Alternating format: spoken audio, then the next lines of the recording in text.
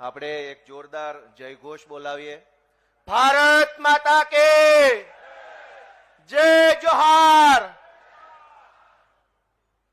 ગુજરાતના ક્રાંતિકારી ધારાસભ્ય અને આદિવાસી સમાજના કદાવર નેતા એવા માનની ચૈતરભાઈ વસાવાના સમર્થનમાં અહીંયા ઉપસ્થિત આપ તમામ ક્રાંતિકારી સાથીઓ, ભાઈઓ, બહેનો સૌનો હું આભાર માનું છું, સૌનું હું સ્વાગત કરું છું. અને આજે આ સભાના માધ્યમથી આપણે બધાએ એક નવો સંકલ્પ લેવા જઈ રહ્યા છીએ કે બદલાવ લાવીશું. વિધાનસભા 2022ની ચૂંટણીમાં ડેડિયાપાડાની જનતાએ જે રીતે ચૈતરભાઈને 1 લાખ કરતા પણ વધુ મત આપીને સમગ્ર આદિવાસી સમાજનો બુલંદ અવાજ વિધાનસભામાં મોકલ્યો, એવી જ રીતે લોકસભાની ચૂંટણીમાં પણ ધડાધડ ઝાડુનું બટન દબાવી અને દિલ્હીમાં આદિવાસીનો અવાજ ગુંજતો કરવાનો સંકલ્પ લેવાનો છે આજથી. સાથીઓ, આદિવાસી સમાજ સાથે છેલ્લા 40 વર્ષથી ખૂબ અન્યાય થયો છે, પણ વિકલ્પ ન હોવાના કારણે મજબૂરીવશ લાચારીમાં ન ગમે તો પણ ક્યારેક ભાજપને કે ક્યારેક કોંગ્રેસને કે ભાજપને કે કોંગ્રેસને મત આપણે આપતા આવ્યા. 40 વર્ષ જતા રહ્યા, કાયદાઓ કેટલાય બન્યા સંસદમાં, વિધાનસભાઓમાં. કાયદાઓ કાગળ ઉપર રહ્યા, પણ એક ગરીબ આદિવાસી, એક ગામડાના નાના ખેડૂતના હાથમાં જમીનનો એક નાનકડો ટુકડો આજ દિવસ સુધી નથી આવ્યો. આજ દિવસ સુધી એક નાના માણસને એનો અધિકાર નથી મળ્યો. મોટી મોટી વાતો સંસદોમાં, વિધાનસભાઓમાં, મીડિયાઓમાં થઈ, પણ ડેડિયાપાડાની જનતાને હું તો સલામ કરવા માંગુ છું કે મરદ માણસને મત આપી અને વિધાનસભાની અંદર મોકલ્યો. આજે ચૈતરભાઈ જેલમાં કેમ છે એ આપણે જાણવું પડે. હું તો રહ્યો એમનો વકીલ, માય લોર્ડ. ચૈતરભાઈ જેલમાં એટલા માટે છે કે જો ચૈતરભાઈએ આ રાજપીપળા કે ડેડિયાપાડા કે કરજણવાળા હાઈવે પર એકાદું નકલી ટોલ નાકું ખોલ્યું હોત તો આજે CR પાટીલ એને શાબાશી આપતા હોત કે વાહ બેટા. પણ એને નકલી ટોલ નાકું નથી ખોલ્યું એટલે એ જેલમાં છે. જો એમણે પેપર ફોડ્યા હોત તો હર્ષ સંઘવી એને શાબાશી આપતા હોત કે વાહ બેટા, સરસ કામ કર્યું. પણ એમણે આદિવાસીઓના બાળકો માટે શિષ્યવૃત્તિ માટે લડાઈ લડ્યા, કરોડો રૂપિયાની શિષ્યવૃત્તિ રિલીઝ કરાવવાનું કામ કર્યું, એટલે ચૈતરભાઈ રાજપીપળાની જેલમાં છે. આ ચૈતરભાઈ વસાવાએ જો નકલી જે કાંઈ સિસ્ટમ છે એમાં બધું જ નકલી ખોલ્યું હોત તો ભાજપ વાળા ખભે લઈને ફરતા હોત ને મનસુખભાઈ આગળ ચાલતા હોત. પણ નકલી ખોલવાના બદલે એક અસલી આદિવાસી ચૈતરભાઈ વસાવાએ અસલી કામ કર્યું, એની સજાના ભાગરૂપે એમને જેલમાં પૂરવામાં આવ્યા છે. માટે આપણે અહીંથી સંકલ્પ લેવાનો છે. અને આ નકલી કચેરીની તો બહુ હમણાં ચાલ્યું છે. હમણાં મને બાર એક ભાઈએ પૂછ્યું કે આ નકલી કચેરી છે એ ખબર કેવી રીતે પડે કે આ ઓફિસમાં આપણે જઈએ તો બધું નકલી છે એવું જાણવાનું કઈ વ્યવસ્થા છે? મેં એમને કીધું ટાઈમે કામ થતું હોય, અધિકારી સારા જવાબ આપતા હોય, રિસેસમાં ન જતા હોય, ધક્કા ન ખવડાવતા હોય, સમજી જવાનું આ નકલી છે. અસલી હોય તો એક ધક્કે કામ થાય જ નહીં. નકલીમાં એક ધક્કે કામ થઈ જાય, ઉભા કામ થઈ જાય. અને એટલા માટે આપણે બધાએ જાગૃત થવાની જરૂર છે. ચૈતરભાઈને જયારે ડેડિયાપાડાની કોર્ટમાં લાવ્યા ત્યારે મેં પૂછ્યું, એમણે કીધું કે 100 કરતા પણ વધુ પ્રાયોજના અધિકારીઓની નકલી કચેરીઓનું લિસ્ટ એમણે બનાવેલું અને ગુજરાત સરકારને આપેલું કે આની ઉપર પગલા લ્યો. 100 નકલી કચેરીઓ ખોલનારાઓને છાવરવા માટે થઈને ચૈતરભાઈને જેલમાં પૂરવામાં આવ્યા છે.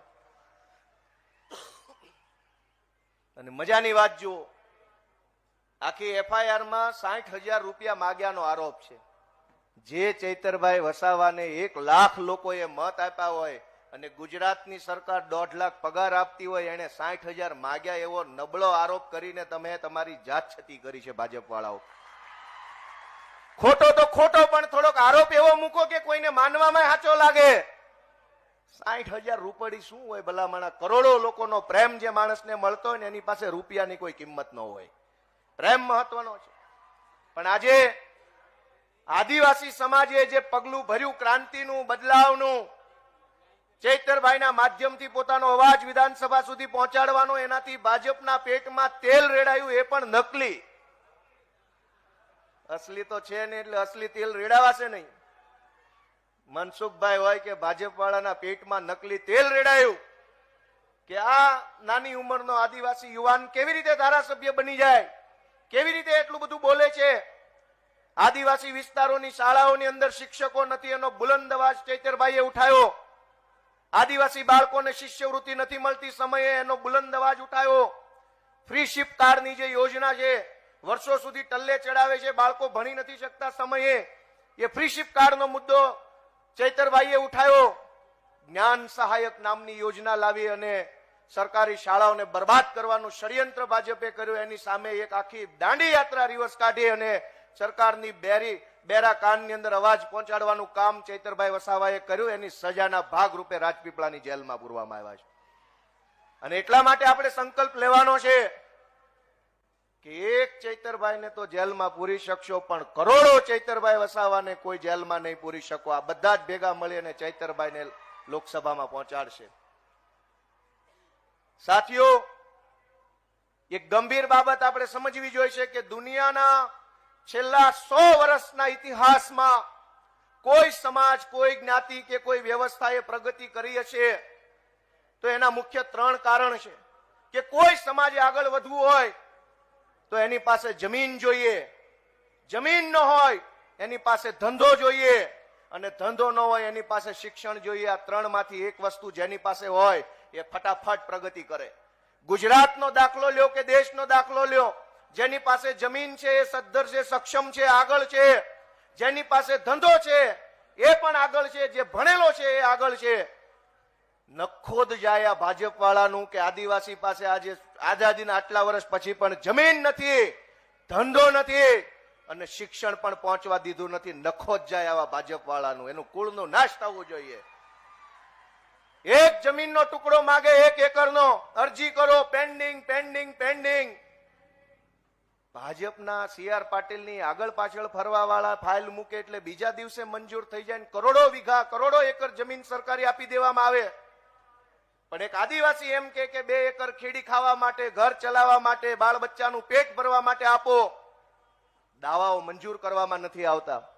હવે તો અહીંથી સંકલ્પ લઈને જવાનું છે કે આ ભાજપ વાળા દાવો મંજૂર કરે કે ન કરે, પણ આ વખતે લોકસભામાં ભાજપનો દાવો આપણે બધાએ ના મંજૂર કરવાનો છે ને ચૈતરભાઈનો દાવો મંજૂર.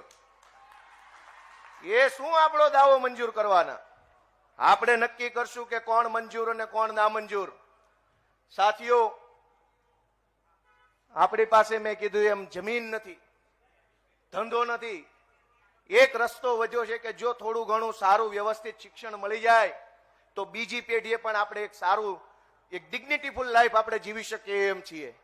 આ તમામ વિસ્તારોમાં ચાલતી આશ્રમ શાળાઓ છે એને બરબાદ કરવાનો ઠેકો ભાજપ વાળાએ લીધો છે. સમયસર ગ્રાન્ટો મળે નહીં, શિક્ષકોની ભરતી થાય નહીં, લાગવગિયા માણસોને ભરતી કરવામાં આવે, સરકારી શાળાઓને મર્જરના નામે બંધ કરવામાં આવે.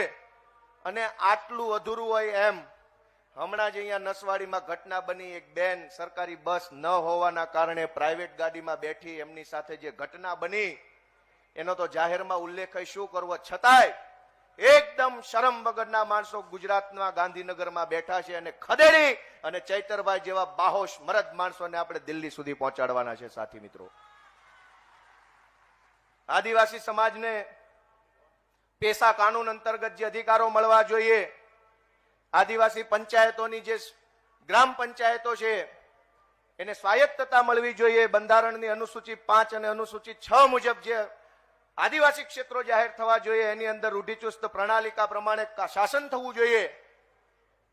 મનસુખભાઈ આમ તો બહુ મોટી મોટી વાતો કરે છે, પણ એટલા બધા મોટા માણસ હોય તો જાઓ પેસા કાનૂન લાગુ કરાવો ને અપાવો અધિકારો પેસા કાનૂન અંતર્ગત. હમણાં મને બધા મીડિયામાં બહાર પૂછ્યું, મારે એમની હારે કોઈના હારે વ્યક્તિગત કઈ લેવા દેવા નથી, પણ બધાએ મને વારાફરતી પૂછ્યું કે મનસુખભાઈ તો એમ કે છે કે 5-6 ટર્મથી કે અહીંયા સાંસદ સભ્ય છે, 5-6 ટર્મથી છે, એટલે કે 15-20 વર્ષથી સાંસદ સભ્ય છે, તમે એની સામે કેમ લડશો? આજ ભાજપ વાળાની સરકાર કાયદો લાવી છે 15 વર્ષ જૂનું વાહન નહીં હાલે. મનસુખભાઈ એમ કે છે કે હું 20 વર્ષ જૂનો છું, કેવી રીતે ચાલે? અહીંયા તો એક જ ચાલે, ચૈતર વસાવા ચાલે. જૂનું કઈ નહીં ચાલે, નવું ચાલે. ક્રાંતિકારી હશે એ ચાલશે. સાથી મિત્રો, જ્યારથી આમ આદમી પાર્ટી રાષ્ટ્રીય પાર્ટી બની છે, તમે બધાએ ખૂબ પ્રેમ, ખૂબ મત, આશીર્વાદ આપી, ધારાસભ્યો બનાવી, 40 લાખ મત આપી, 14% મત આપી, આ નાની એવી આમ આદમી પાર્ટીને રાષ્ટ્રીય કક્ષાએ પહોંચાડી છે. ત્યારથી બધા જ ભાજપ વાળાને ખૂબ પેટમાં ચૂંક આવવાનું ચાલુ થઈ ગયું છે કે આ આટલી ઝડપે આગળ વધે છે તો ક્યાંક ત્યાં સુધી પહોંચી જાય નહીં. અને એટલા માટે માત્ર ચૈતરભાઈ વસાવા નહીં, દિલ્હીની અંદર પણ આમ આદમી પાર્ટીને પરેશાન કરવામાં આવી રહી છે. દેશની અંદર સૌથી સારી સ્કૂલ બનાવવા વાળા, આખા દેશની અંદર શિક્ષણ ક્રાંતિ કરવા વાળા મનીષ સિસોદિયાને જેલમાં પૂરી દેવામાં આવ્યા છે 1 વર્ષથી. એમનો ગુનો શું? એમનો ગુનો એટલો જ કે એમણે નકલી સરકારી કચેરી બનાવવાના બદલે અસલી સરકારી સ્કૂલ બનાવી, એટલે મનીષ સિસોદિયાને જેલમાં પૂરી દીધા છે. સત્યેન્દ્ર જૈન આમ આદમી પાર્ટીના ક્રાંતિકારી નેતા, સ્વાસ્થ્ય મંત્રી હતા, એમણે સારા મહોલ્લા ક્લિનિક બનાવ્યા, સારામાં સારી આરોગ્ય વ્યવસ્થા મળે એવું કામ કર્યું. ભાજપ વાળાએ એમને જેલમાં પૂર્યા છે. અને હવે બાકી રહ્યું છે તો આ લોકો અરવિંદ કેજરીવાલને પણ પકડી અને જેલમાં પૂરવા માંગે છે. દોસ્તો, આપણે આ થવા દેવું જોઈએ કે ના થવા દેવું જોઈએ? જણાવો જોઈએ. આજે મને કહેતા એવો ગર્વ થાય છે, ખૂબ ખુશી થાય છે કે આપણા આદિવાસી સમાજે વર્ષોથી કોંગ્રેસ અથવા ભાજપને મત આપ્યો છે. મુખ્યમંત્રી તો છોડો, મંત્રીઓને પણ આપણું સાર સંભાળ લેવાનો સમય નથી. એવા સમયે એક નહીં 2 મુખ્યમંત્રી આમ આદમી પાર્ટીના, 2 મુખ્યમંત્રી આદિવાસી સમાજના સમર્થનમાં આવી રહ્યા છે. ગુજરાતના ઇતિહાસમાં એક મુખ્યમંત્રીએ પણ આટલી કાળજી નહીં લીધી હોય આદિવાસી સમાજની. 2 મુખ્યમંત્રી છે, એક દિલ્હીથી ઉડીને આપણી સાર સંભાળ લેવા, સહયોગ આપવા, આપણને સમર્થન સહકાર આપવા પધારી રહ્યા છે. જો આવી ગયા, નામ લીધું ને આવી ગયા. એ કેટલા ભાગ્યશાળી માણસો છે જેનું નામ લીધું ને હેલિકોપ્ટર ઉપર આવ્યું. મજા આવે છે ને? તો જે રીતે ભાજપ વાળા આમ આદમી પાર્ટીને ખતમ કરવા, આમ આદમી પાર્ટીના તમામ નેતાઓને જેલમાં પૂરવા માંગે છે, ત્યારે ભાજપને જવાબ આપતી એક કવિતા હું લખીને લાવ્યો છું. જો બધાની હા હોય તો વાંચી સંભળાવું. ભાજપ વાળા ઈચ્છે છે કે ઈડી, સીબીઆઈ, પોલીસ પાછળ લગાડી, ખોટા કેસ કરી તમે આમ આદમી પાર્ટીના ક્રાંતિકારીઓને કે અરવિંદ કેજરીવાલને રોકી શકશો, તો એવું ક્યારેય થવાનું નથી. કેમ? હવે સાંભળજો કે કિતની ભી તુમ કર લો કોશિશ, મોડાણી કે દલાલ नहीं झुकेगा भारत मां का लाल अरविंद केजरीवाल. मिलकर भाजपाइयों ने देश लूटा, जनता को किया कंगाल, अब बदलेगा देश का हाल भारत मां का लाल अरविंद केजरीवाल. क्या रे कायर, क्या रे डरपोक, ए रे कायर, कितनी भी तू बना ले ईडी सीबीआई की ढाल, उखाड़ नहीं सकेगा एक भी बाल, ये है भारत मां का लाल अरविंद केजरीवाल. हम रखेंगे याद भाजपा के हर सितम और उनकी चाल, वक्त आने पर देंगे जवाब भारत मां का लाल अरविंद केजरीवाल. कितनी भी तुम कर लो कोशिश, मोडानी के दलाल, नहीं झुकेगा भारत मां का लाल हमारा प्यारा अरविंद केजरीवाल. भारत माता के जय जोहार.